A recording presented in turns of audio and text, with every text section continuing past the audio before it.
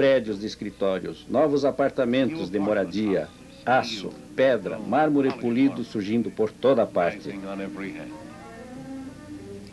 Nos arredores dessa cidade dinâmica, milhares de fábricas e instalações industriais. Porque São Paulo é o maior centro industrial do continente sul-americano. Uma cidade de contrastes, com 4 séculos de idade, porém moderna e atual. E sofrendo influências de todo tipo, onde carros modernos rodam sobre blocos de pedra colocados manualmente. Aqui, a influência do antigo Portugal ainda é claramente visível na fachada de muitas casas.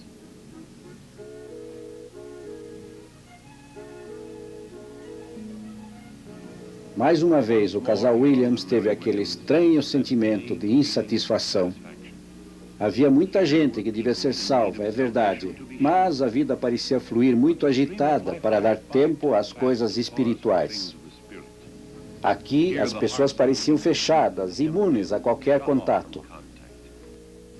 Nessas muralhas de concreto, parecia não haver lugar para Cristo, nem tempo para ouvir seus ensinamentos. Mas como eles estavam errados em pensar assim? Não eram essas grandes cidades que estavam despreparadas. Eles é que não estavam. Quando decidiram deixar São Paulo, eles mal sabiam que um dia o Senhor os faria voltar aqui, que nesta cidade do apóstolo Paulo teria início uma chama pentecostal que iria se espalhar por todo o Brasil. E assim, guiados pelo Senhor sem o saberem, esses missionários da Igreja do Evangelho Quadrangular deixaram São Paulo, ainda em busca de um lugar onde pudessem testemunhar seu nome.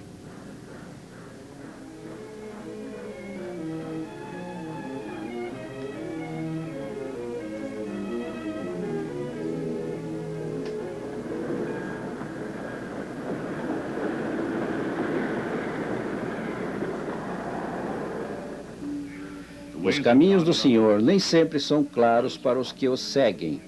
Quando a família Williams chegou à sua destinação seguinte, eles não sabiam o que lhes estava reservado. Mas aqui, na pequena cidade de Poços de Caldas, foi o início de anos de muita preparação para a grande tarefa que viria. Uma pequena charrete simbolizando a índole da cidade, num clima de paz e quietude, onde finalmente se encontrou o ambiente para a germinação de pensamentos profundos e concentração espiritual.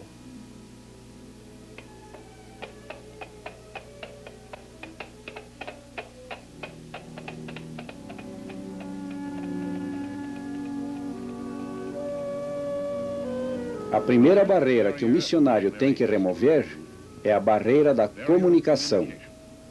A língua portuguesa é estranha e difícil de aprender, mas se as palavras divinas tinham que chegar às crianças brasileiras, era preciso fazê-lo em português.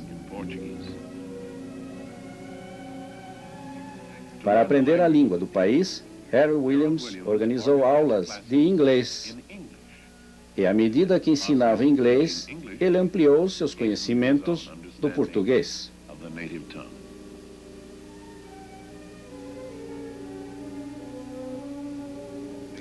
Eu coloco minha mão sobre o livro e ponho o livro sobre a mesa. Era um processo lento, mas onde há uma vontade, há um caminho. E logo suas palavras iam fáceis e todos o compreendiam.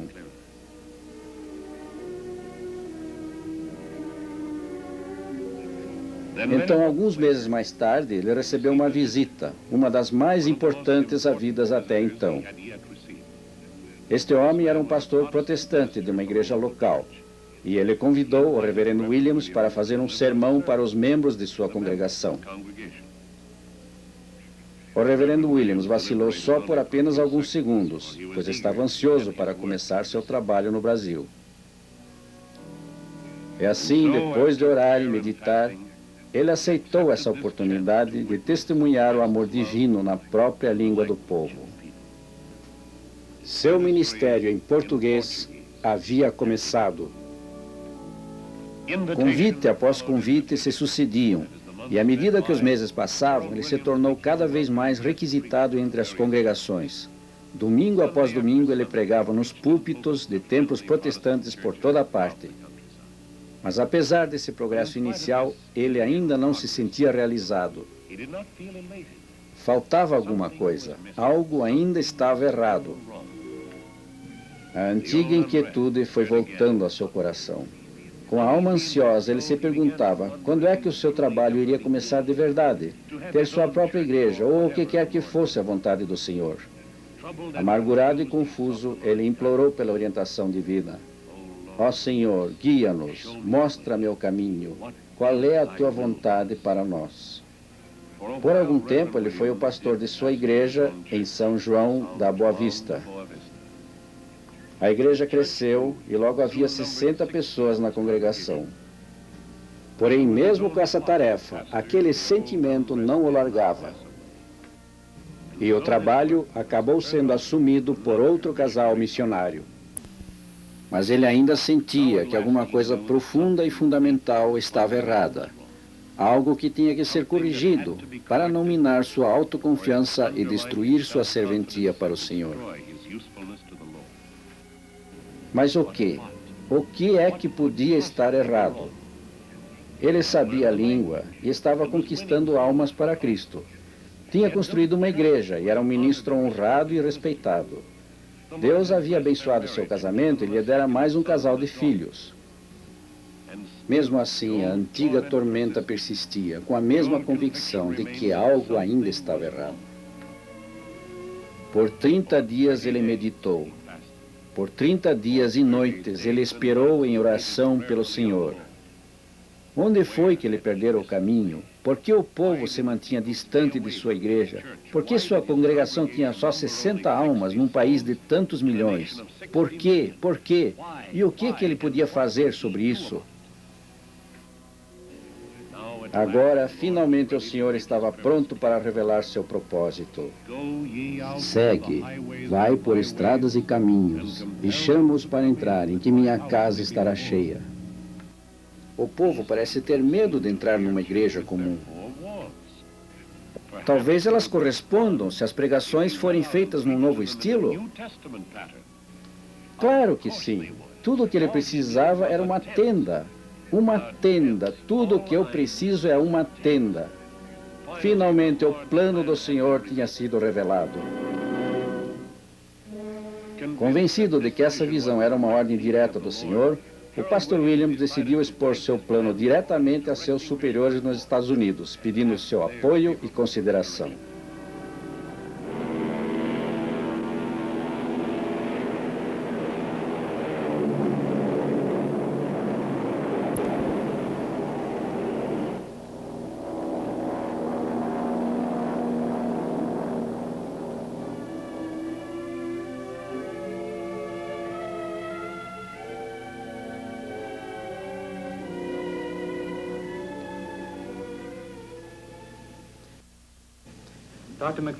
Lá ele entrevistou-se com o Dr. McPherson e demais membros do conselho para um pedido todo especial referente ao trabalho no Brasil. O presidente mandou que sentasse e ouviu com atenção.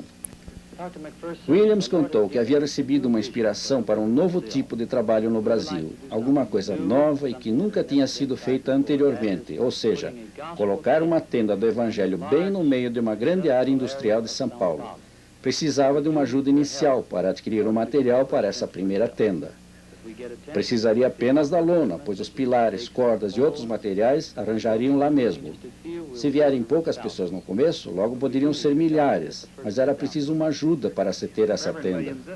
O presidente achou a ideia muito boa, apoiado pelos demais membros. O entusiasmo e convicção de Harold Williams impressionaram vivamente o pessoal, e já não havia mais dúvidas. Essa combinação, primeiro, um programa baseado na pregação e, segundo, o entusiasmo de um pastor cheio da certeza de poder executá-la, fizeram o conselho da IEQ dos Estados Unidos entrar em ação.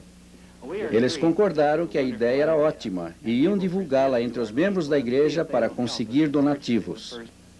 Williams agradeceu ao presidente e demais companheiros pela atenção ao seu projeto, mas pediu que tudo fosse agilizado ao máximo, porque estava ansioso para começar. Recebeu os votos de felicidades de todos, desejando-lhe sucesso no trabalho de evangelização. O presidente analisou os detalhes do plano com seus companheiros e pediu que todos colaborassem na campanha de arrecadação de fundos, que foi feita e que resultou na primeira tenda da Igreja do Evangelho Quadrangular do Brasil.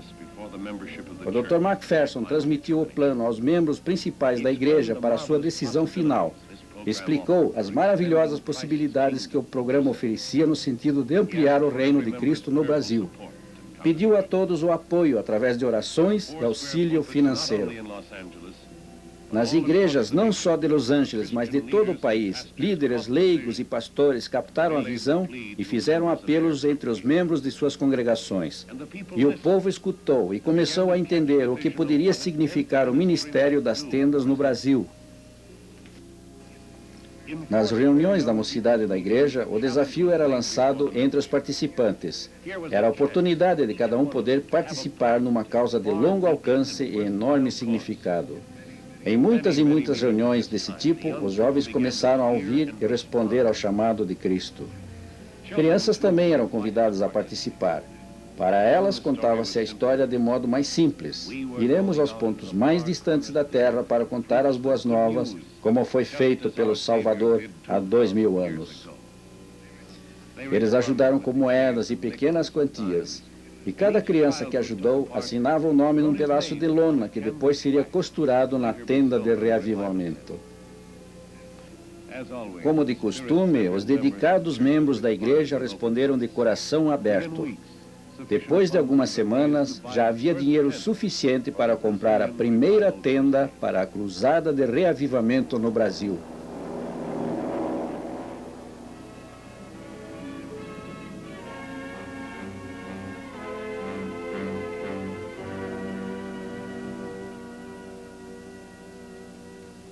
E assim, seguindo a orientação da mão de Deus, Harold Williams foi conduzido à sua grande missão para o salvamento das almas.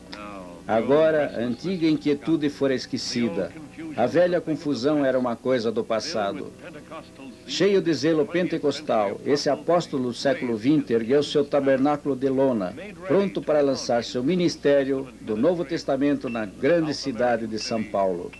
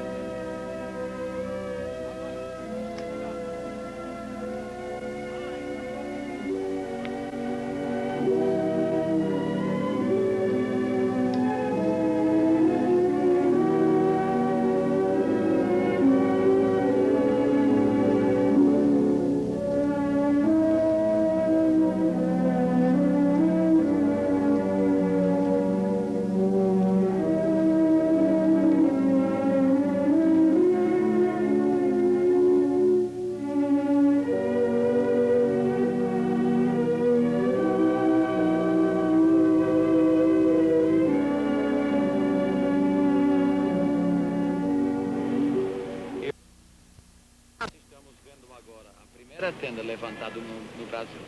Vamos dar graças a Deus. Nosso Deus, nós te agradecemos pelo privilégio de levantar esta tenda que vai ser usada para a tua glória.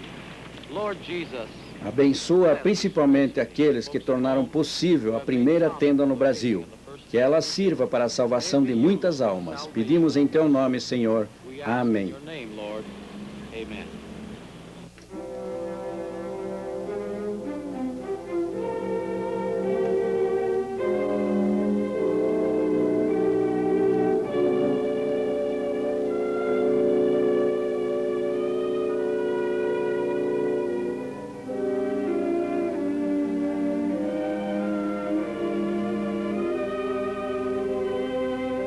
Quando tudo estava pronto, Harold e Mary Williams saíram pelas ruas convidando diretamente as pessoas do povo.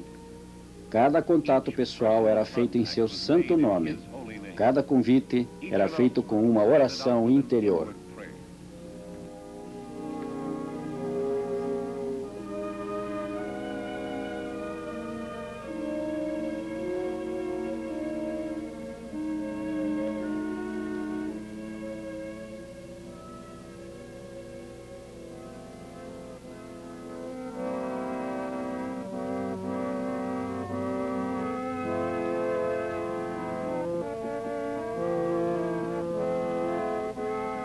Havia chegado o grande momento, depois de anos de preparação.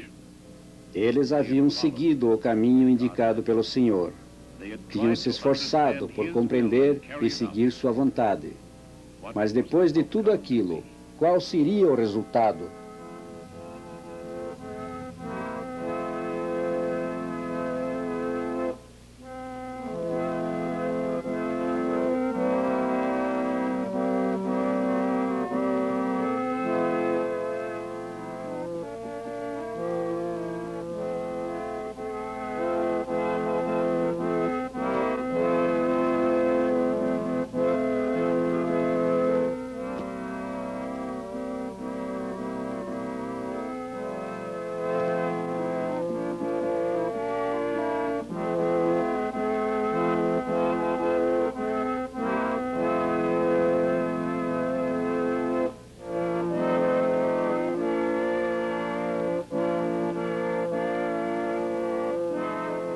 Para Harold e Mary Williams, este foi o momento de triunfo.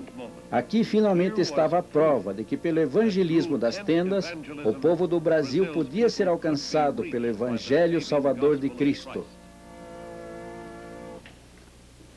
Boa noite, amigos. Bem-vindo ao nosso culto.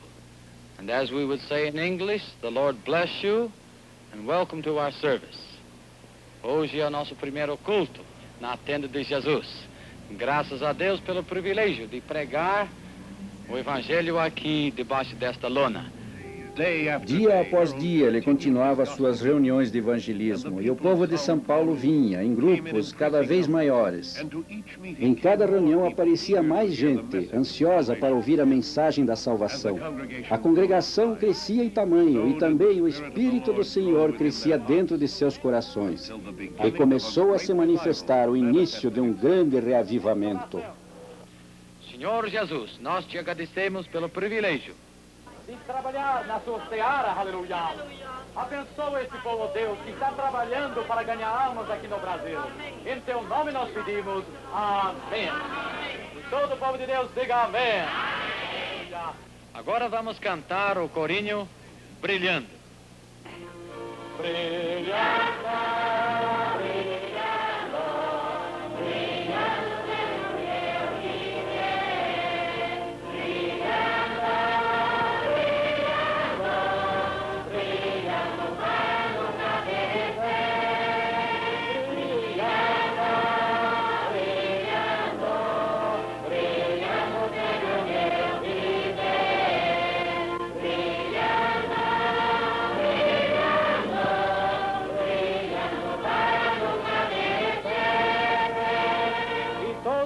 Que ama Deus, diga aleluia. Vamos agora ouvir a palavra do Senhor. O meu Deus, das suas riquezas, suprirá todas as vossas necessidades. Desse modo, pela fé em Deus e confiança no seu poder, foi lançado um dos maiores movimentos de reavivamento vistos no mundo desde os tempos de Pentecostes. Glória a Jesus, que devemos sempre olhar para Cristo, que supre as nossas necessidades. Amém. Senhor Jesus, põe a tua mão sobre o teu servo. Nós te agradecemos por teu poder, Senhor. Amém. Amém. Senhor Jesus, tu conheces as necessidades deste corpo e cremos. Nós cremos que Jesus Cristo é o mesmo ontem, hoje e será sempre. Acreditamos que da mesma forma que curava os doentes há 2000 anos atrás, hoje Ele também cura aqueles que acreditam nele e nele depositam toda a sua esperança. Amém. Aleluia. Sim, Senhor. Coração. Quantos creem que Jesus cura de coração, né? Então vamos orar. Senhor, Enquanto o missionário orava por cada pessoa, o Espírito do Senhor descia sobre eles e muitos eram curados. Uma moça cega de uma vista pediu suas orações para a cura. Sua vista clareou e ela começou a enxergar. Da mesma forma que Jesus havia tocado os dois cegos, dizendo: "Se tendes fé, que esteja a vosso alcance", e seus olhos se iluminaram. Para outra, Jesus disse: "Que seja para vosso conforto, vossa fé será vossa esperança." Senhor Jesus, Tu conheces as necessidades da Tua serva, repreendemos a enfermidade do pé da Tua serva. Senhor, liberta em Teu nome pedimos. Amém. Amém. Aleluia. Estes sinais seguirão aqueles que acreditam no Senhor. Em meu nome eles porão as mãos sobre os enfermos e eles serão curados. Uma outra mulher, tomada pelo Espírito Divino, testemunhou que seu filho foi atendido e curado, estando já quase às portas da morte. Os testemunhos daqueles que haviam sido curados empolgaram os ouvintes da congregação. Aqui estava a prova de que a força de Deus ainda faz milagres através do instrumento da fé. Através da fé houve aqui a cura de bronquite e de um fígado enfermo. Glória a Deus por sua misericórdia naqueles que acreditam. Pela fé eu fui curada de uma prolongada infecção crônica.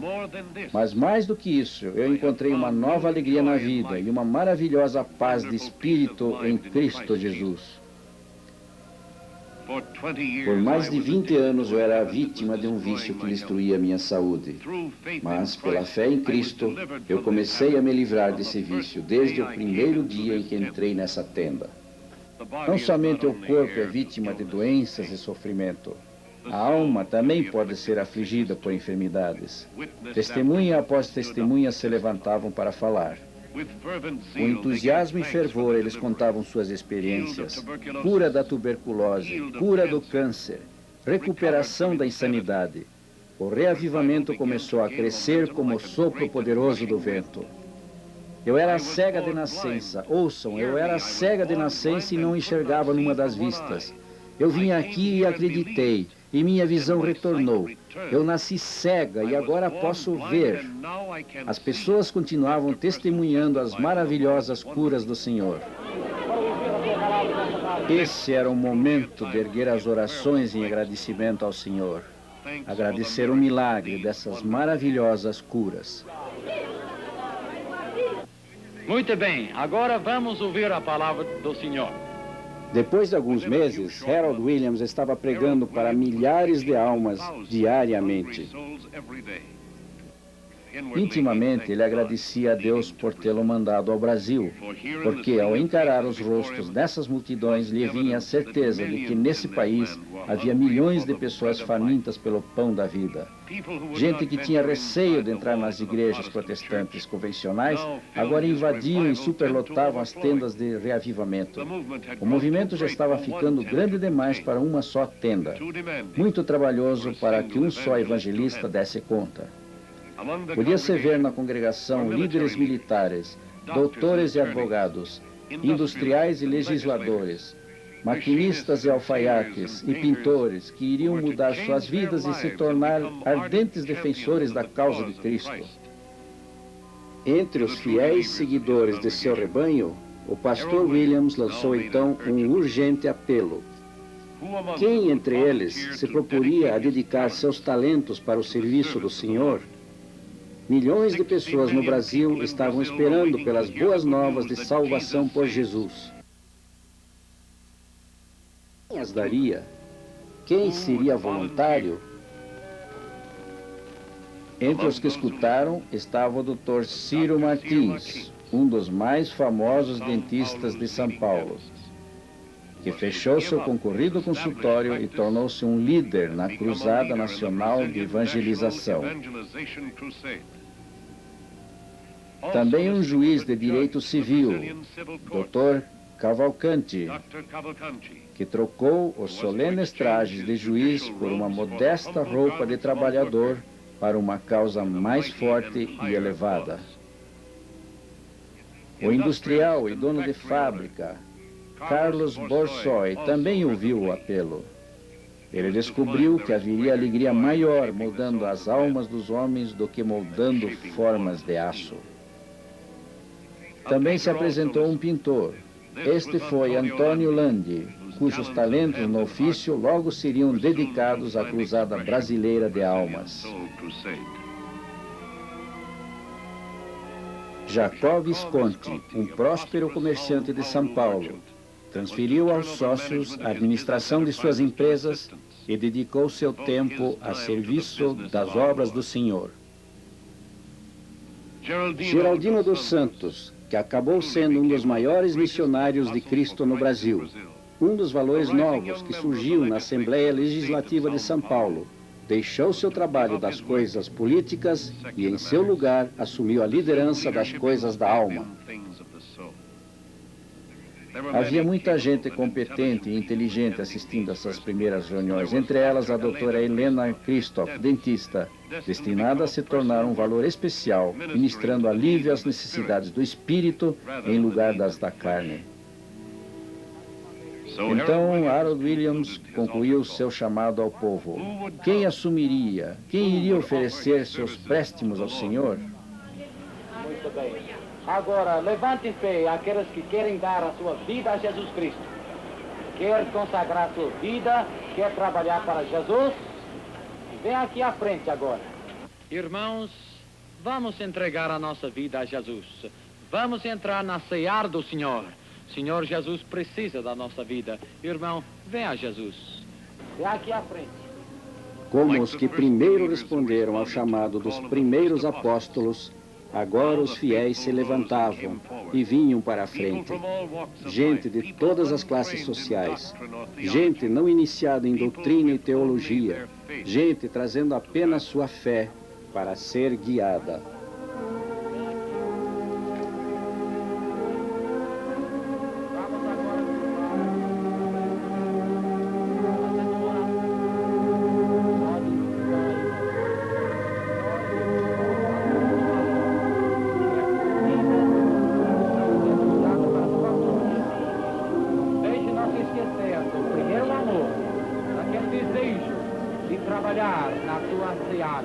Abençoe, Jesus, cada vida, seja homem ou mulher. Em teu santo nome, nós pedimos. Aleluia. Vamos levantar as nossas mãos e dar graças a Deus. Nós te agradecemos, Jesus, pelo privilégio de ser obreiros da obra. Senhor, não deixe-nos nunca sentir frio na nossa experiência, mas para que sempre sentimos o fogo e a virtude do Espírito Santo. Jesus, em teu santo nome nós pedimos. Amém. Amém. E todo o povo de Deus diga amém. Amém. Vamos cantar agora. Eu quero trabalhar por meu Senhor. Eu quero trabalhar por meu Senhor. Todos agora cantando. Eu quero trabalhar por meu Senhor, levando a mensagem de amor. Quero levantar e orar e ocupado sempre estar na ceia. Levante a mão e canta. Cantará e orar na seara do Senhor. Meu desejo é orar e ocupado sempre estar na seara do Senhor. Mais uma vez, todos que querem dedicar a sua vida a Jesus, diga aleluia. E assim o Senhor atendeu a necessidade de conseguir líderes para continuar seu trabalho. Como o primeiro missionário, Paulo, que preparou os primeiros líderes da igreja nos campos, também o pastor Williams instruiu aqueles que ofereceram seus serviços.